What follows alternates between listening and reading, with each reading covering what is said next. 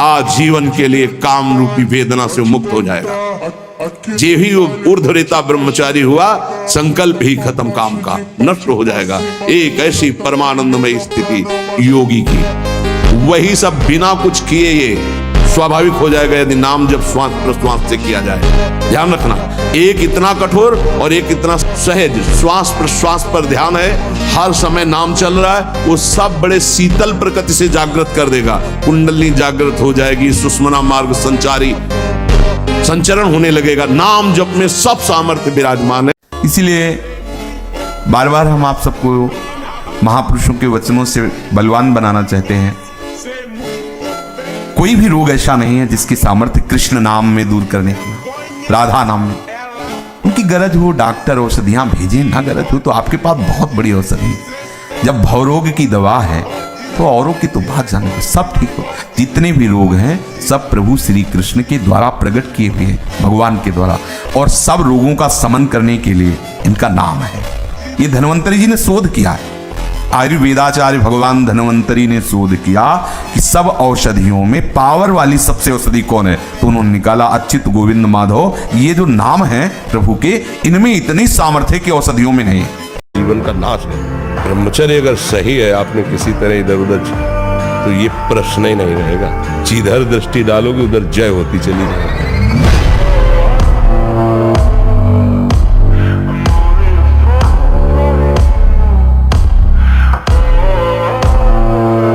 पर सिद्धासन और पद्मासन में बैठने की वो भूल न करे जिसका ब्रह्मचर्य ठीक नहीं है। भूल न करे, नहीं शरीर पीड़ा और रोग से ग्रसित हो जाएगा।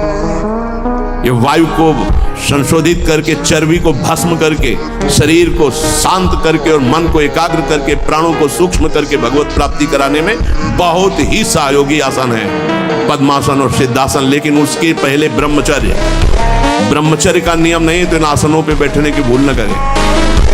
निद्रा, तंद्रा, आलस्य, विक्षेप, संशय, ये जिसके जीवन में अधिकायत है उसका सर्वनाश निश्चित हो जाता है साधना का।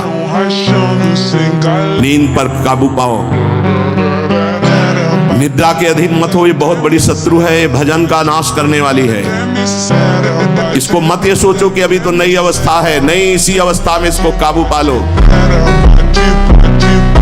उपासक एमिन मन तेमिन भगवान। जैसी तुम्हारी मना स्थिति वैसी तुम्हें ये सृष्टि दिखाई देगी।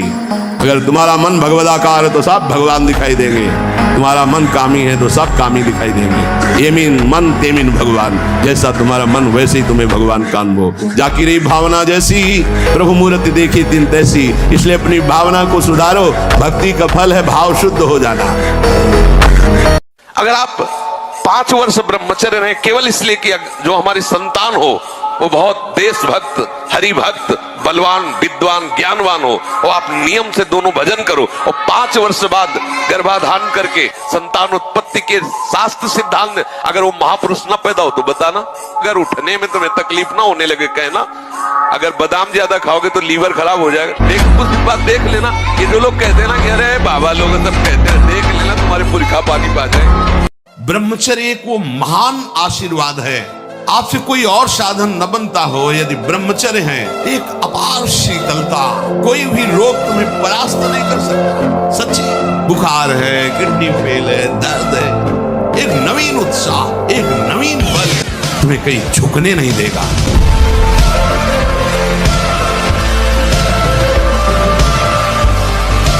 जिस दिन आप अपने गुरु के हो जाओगे, भगवान के हो जाओगे, तो आपके अंदर एक तेज आ जाएगा, एक शक्ति आ जाएगी, सबसे लड़ने की सामर्थ्य आ जाएगी। साधु अकेला होता है, पूरा संसार एक तरफ होता है। सच्ची बात वाले में जो सत्य मार्ग के साधु है, अकेला होता है। हर संसार का व्यक्ति, वस्तु, स्थान उसको परास्त करने के लिए होता है, और वो अपने चिंतन को सबसे समेट कर एकमात्र भगवान में लगाता है। तभी जयति जयति जगुच्चर, तभी उसको नमस्कार करते, उसे प्रणाम करते। विजय प्राप्त करने के लिए पहले आप अपना पक्ष दृढ़ कीजिए। ये हमारा दुश्मन है, ये हमको भगवान से विमुख करने में पूरा का पूरा जोर जन्म जन्मांतरों से लगाता रहे। अब हमको लड़ना है, हमारे पास बल है, भगवान नाम। नाम रूपी जहाज में चढ़ गए, पार हो गए। ये मगरमच्छ आदि जो काम आदि है, ये तैरने वाले को लील सकते हैं, जहाज पे चढ़ने वाले को नहीं। देखो 4-5 दिन की बात करते हो, अगर 4-5 जन्म में अभ्यास ठीक हो जाए तो बहुत बड़ी बात है। अनंत जन्मों से बिगड़ेल मन अगर 4-5 दिन से अभ्यास ले रहा है, कोई बड़ी बात। आप पहले गंभीरता समझो। ये उकताए हुए कमजोर पहलवान जानते हो क्या करता है? जब अखाड़े में जाएगा तो पूरी की पूरी ताकत तो 2 मिनट में दिखा देगा, फिर इसके बाद दम से नीचे गिर जाएगा। जोरदार पहलवान क्या करता है? पहले जाकर सामने वाले को केवल संभालता है, उसके हर दांव का काट मारता रहता, फेंकता नहीं।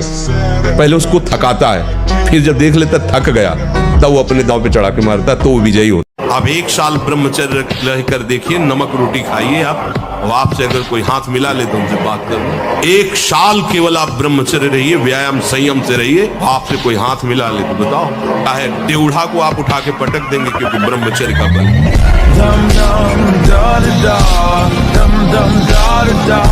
नीचे सीढ़ी से शुरू करो और ऊपर तक जाओ, फिर नीचे आओ, फिर ऊपर 11 बार करो, देखो पसीना आ जाएगा। ब्रह्मचारी बनना है तो ब्रह्मचर्य पचाने के लिए भी तो चाहिए ना। अब आधा घंटा पद्मासन 30 मिनट कोई बहुत नहीं होता। बैठ करके आप प्राणायाम, अनुलोम विलोम जो भी, आपका शरीर स्वस्थ रहेगा। जैसे हम शास्त्र स्वाध्याय करते हैं उसी भावना से आप विद्या। आप देखो अगर स्मृति आपकी प्रवीण ना हो तो बताना। भगवान करे आगमा पर ये आता जाता है। कहाँ आता जाता है? अहंकार में आता जाता है। इसके घर का दरवाजा बंद करना पड़ेगा आने का। जब तक आप अपने में कुछ भी बल समझते हैं अहंकार, तब तक ये आपको परास्त करता रहेगा। और जिस दिन आप निर्बल होकर प्रभु की शरण में इस अहंकार को समर्पित कर दिए, फिर किसी की ताकत नहीं कि आपको परास्त कर सके। 100 बार गिरेंगे फिर भी हम चढ़ाई करेंगे इस पर। इसका अभ्यास है हमको नष्ट करने का। तो आज से हम प्रण लेते हैं कि तू हमें कितनी बार गिराएगा। अविनाशी का बच्चा हूँ, अविनाशी ही हूँ। शरीर बदलते रहेंगे लेकिन हम तेरे को देख लेंगे, एक दिन तुम जीत जाओगे। ये घबराने वाला मार्ग नहीं, डरने वाला मार्ग नहीं, उदास होने वाला मार्ग नहीं। 100 बार गिरो फिर भी पीछे मुड़ो मत, अगला कदम आगे बढ़ाओ, जीत जाओगे। एक बार इस रसेंद्री को काबू में किया जाए। भोजन पर सावधान, थोड़ा अल्पाहार, सब इतना जिससे हमारे प्राणों का पोषण हो जाए, सब ठीक हो जाएगा। आप देख लेना। अल्पाहार, अगर भोजन सुधार नहीं होगा तो फिर भजन में सुधार नहीं। भोजन, बहुत प्राण शक्ति प्रबल है आपकी, ऐसे नहीं निकल जाएगी। बहुत प्राण शक्ति बलवान होती है। वायु, अन्न, जल उचित चला गया तो खूब साधना बनेगी। रसेंद्री ठीक हुई तो सब ठीक हो जाएगा। शास्त्रों में वर्णन किया गया धैर्यवान वही है जो रसेंद्री और जनेंद्री को, बस 2 इंद्रियों की चर्चा हुई और तो सब अपने आप हो जाएंगी। और रसेंद्री प्रधान, रसेंद्री ना हुई तो फिर आगे जो राग पूर्वक भोग, कोई भी भोग किया जाए वो बिल्कुल द्रवित हृदय में छप जाता है, बार बार पीड़ा पहुंचाता है, ना चाहते हुए भी साधक का पतन कर देता है। मन कहां से पीटा जाता है? इसकी मांग को ना कर दो, बस इसकी पिटाई शुरू हो गई। ये कह रहा है ये चाहिए, उसके विपरीत नहीं। अब वो जलेगा, जलेगा, पवित्र हो जाएगा। और उसने मांगा वो आपने दे दिया, अब वो और मांग रख देगा, वो आपको परेशान कर। तस्मात् त्वमिन्द्रियाण्यादौ नियम्य भरतर्षभ। गरम गरम धुआं उठता हुआ समोसा, हरी चटनी, लाल चटनी, और सेवई नमक वाली, हाँ ऐसे। अब ये खा के तुम ध्यान करोगे किसका? अब ये निर्णय तुम करो। ये चीजें खा के तुम ध्यान करोगे, प्रभु का तो ध्यान होने वाला नहीं। सात्विक भोजन पाने से हमारे अंदर भजन की वृत्ति बढ़ती है, और रजोगुणी तमोगुणी भोजन पाने से भोग वासना बढ़ती है, निद्रा प्रमाद स्थिति आती है। बिल्कुल सच्ची बात समझो, ये 3 गुणों से हर सामग्री बनी हुई।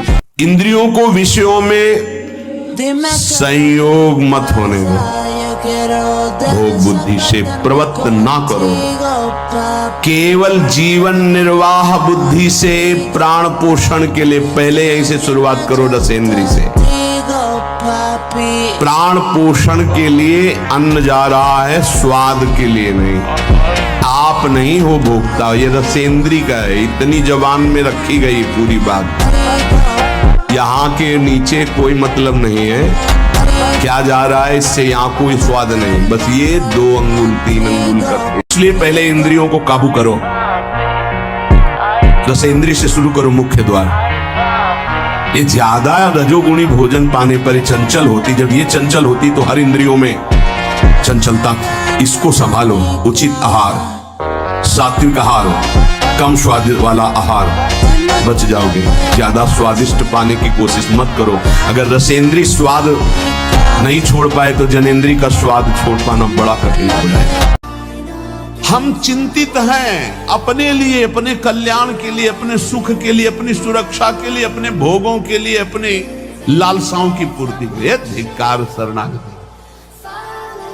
जब सर रख दिया प्रभु के चरणों में तो अब मुझे कोई परवाह नहीं। मस्त हो जा। प्रपन्नाहा समदृशो भगवत प्रपन्नाहा। दुख सुख में, मान अपमान में हमारे प्रभु का विधान है, इसलिए मुझे ना दुखी होना है ना सुखी होना है। मुझे चिंता नहीं करनी। ब्रह्मचर्य, इसमें महत्व बुद्धि रखने से रहा जा सकता है। ब्रह्मचर्य का महत्व, वीर शक्ति का महत्व जिसके हृदय में जागृत हो गया, चाहे स्त्री शरीर हो चाहे पुरुष शरीर हो, भगवत प्राप्ति के महत्व का प्रकाश इसी ब्रह्मचर्य से होता है। सच्ची मानना। ये जो आपका मन निरुत्साहित हो जाना, शरीर में पीड़ाएं होना, समय से दिनचर्या ना होना, प्रमाद स्थितियों का बढ़ना, कई जगह अंगों में पीड़ाएं होना, ये कई त्रुटियां होती हैं। इससे जो ये परेशानियां आती हैं। अगर ब्रह्मचर्य है तो आप जैसे अग्निमय भूमि पे चलना हो तो कैसे चलेगा, ऐसी उसकी चाल होने लगती। इतनी तीव्रता, इतनी उज्ज्वलता, इतनी उसमें चेतना शक्ति जागृत होती है कि हर काम में उत्साह। रात दिन मेहनत करने पर भी कभी थकान नहीं, नींद न लेने पर भी प्रमाद आलस्य नहीं। बहुत से मान सद्गुण ब्रह्मचर्य में चढ़े। ईमानदारी से देखिए आप कितना समय मोबाइल में नष्ट करते हैं। जिनके पास मोबाइल है, ईमानदारी से देखिए आप कहीं अंतर्मुख अध्यात्म की वृत्ति से युक्त हो पाएंगे। आप रजोगुणी भोजन करते हैं, आप टच वाला मोबाइल रखते हैं, आप अधिक समय उसमें क्या समय नष्ट कर रहे हो। एक एक सेकंड इतना है। जब कोई जरा सी व्यर्थ की बात करता तो चिड़चिड़ाहट पैदा होती कि ये तुम अपना समय नष्ट कर रहे हो। अरे जितने सेकंड में हम राधा राधा बोलते हैं उतने में तुमने व्यर्थ बात सुना दी, व्यर्थ बात। आप भगवत मार्ग के प्रति गए। आपका बिल्कुल एक एक मिनट बड़ा कीमती है। ब्रह्मचर्य, इसमें महत्व बुद्धि रखने से रहा जा सकता है। ब्रह्मचर्य का महत्व, वीर शक्ति का महत्व जिसके हृदय में जागृत हो गया, चाहे स्त्री शरीर हो चाहे पुरुष शरीर हो, भगवत प्राप्ति के महत्व का प्रकाश इसी ब्रह्मचर्य से होता है। सच्ची मानना। ये जो आपका मन निरुत्साहित हो जाना, शरीर में पीड़ाएं होना, समय से दिनचर्या ना होना, प्रमाद स्थितियों का बढ़ना, कई जगह अंगों में पीड़ाएं होना, ये कई त्रुटियां होती हैं। इससे जो ये परेशानियां आती हैं। अगर ब्रह्मचर्य है तो आप जैसे अग्निमय भूमि पे चलना हो तो कैसे चलेगा, ऐसी उसकी चाल होने लगती। इतनी तीव्रता, इतनी उज्ज्वलता, इतनी उसमें चेतना शक्ति जागृत होती है कि हर काम में उत्साह। रात दिन मेहनत करने पर भी कभी थकान नहीं, नींद न लेने पर भी प्रमाद आलस्य नहीं। बहुत से मान सद्गुण ब्रह्मचर्य में चढ़े। मार इस काम को नष्ट कर। तस्मात् तुम इंद्रियाणि आदौ नियम्य भरतर्षभ। ये महाभारत सबको लड़नी पड़ेगी। महाभारत सबको लड़नी पड़ेगी। अगर आपको अपने स्वराज्य सिंहासन पर बैठना है, मुक्त होना है, तो ये युद्ध स्वीकार करना पड़ेगा, ये चुनौती स्वीकार करनी पड़ेगी। भगवान कह रहे इंद्रियों को वश में कर ज्ञान विज्ञान का नाश करने वाले इस महापापी काम को अवश्य बलपूर्वक मार। मन निश्चल राखे धनी धनी जननी तेरी रे। नरसिंह मेहता जी। इंद्रियों को वश में करो। नेत्र सबसे खतरनाक, इनको बहुत सावधान रखो। बहुत बहुत ये चंचलता, नेत्रों की चंचलता। भगवत चर्चा हो रही तो हो सकता है शब्द ना सुन पाओ, लेकिन विषय चर्चा हो रही है तो आप 10-5 हाथ दूर होगे तो भी श्रवणेंद्री पकड़ लेगी क्या बातें हो रही। निंदा स्तुति विषय चर्चा।